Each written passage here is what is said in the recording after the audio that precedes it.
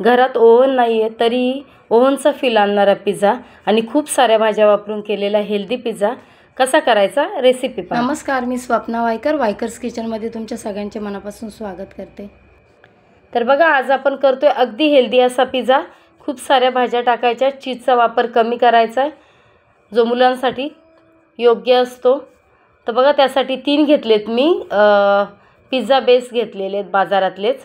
शिमला मिरची 2 घेतलेली आहे। तर शिमला मिरचीचा मधला जो बियांचा पोर्शन आहे तो कट करायचा, सगळा काढून घ्यायचा आणि अशा पद्धतीने चौकोनी त्रिकोणी शिमला मिरची करून घ्यायची। तर पिझ्झा सॉस घेतलेले, पाऊच घेतलेले आहे आणि ह्या ज्या आहेत या चीजच्या स्लाइस आहे। कोणत्याही चीज वापरू शकता तुम्ही।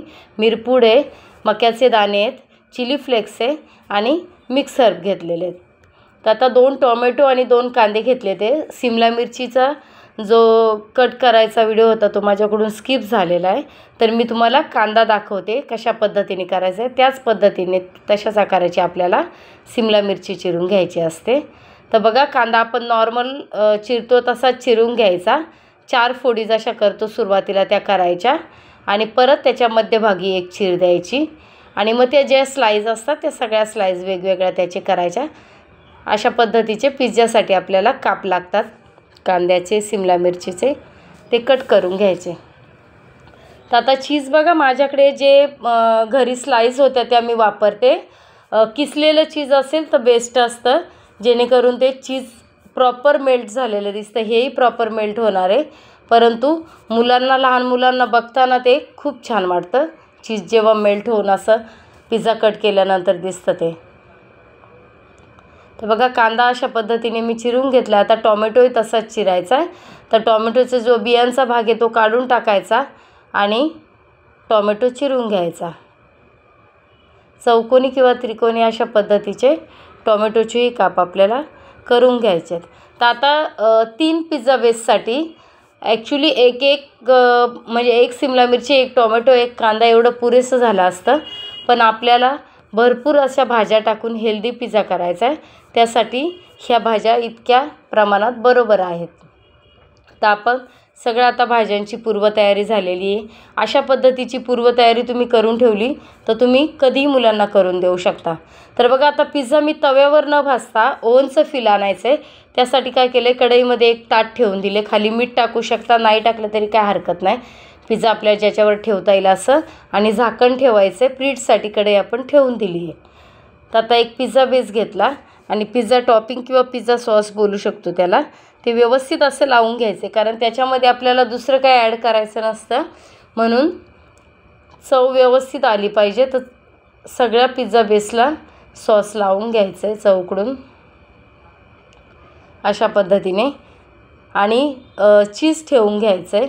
तर आता क्यूब असतील तर आपण चीज किसून टाकू शकतो, तर मी स्लाइसचा वापर करणार आहे। तर अशा पद्धतीने एका पिझ्झासाठी 2 स्लाइसचा माझा वापर झालेला आहे आणि कांदा असा भरपूर ठेवून घ्यायचा आहे।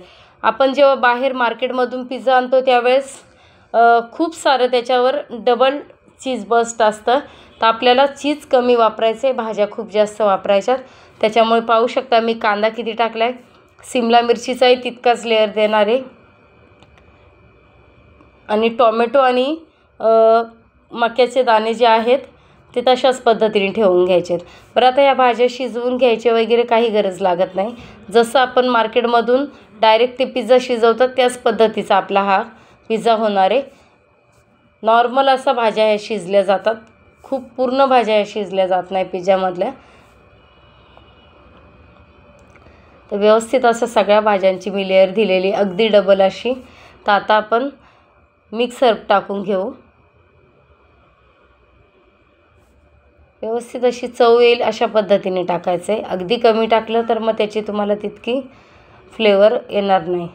चिली फ्लेक्स टाकायचं आहे आणि मिक्स हर्ब आणि चिली फ्लेक्स तुम्ही झाल्यानंतरही टाकू शकता वरून अगदी थोडंसं। तर काळी मिरपूड टाकून घ्यायची, चवीनुसार थोडंसं मीठ टाकायचं आहे वरून।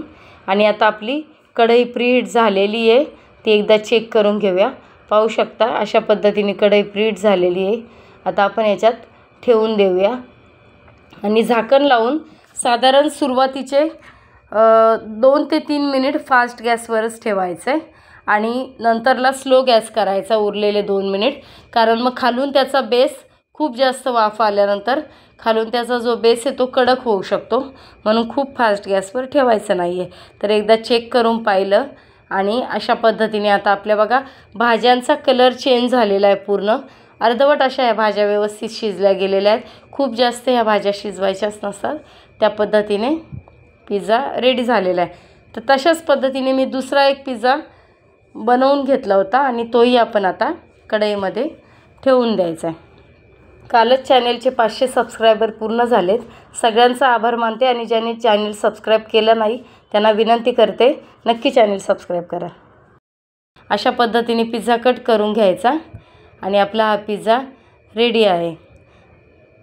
गरमागरम असा हा पिझ्झा तयार झालेला आहे. तर अजून एक तुम्हाला दाखवते, पाहू शकता.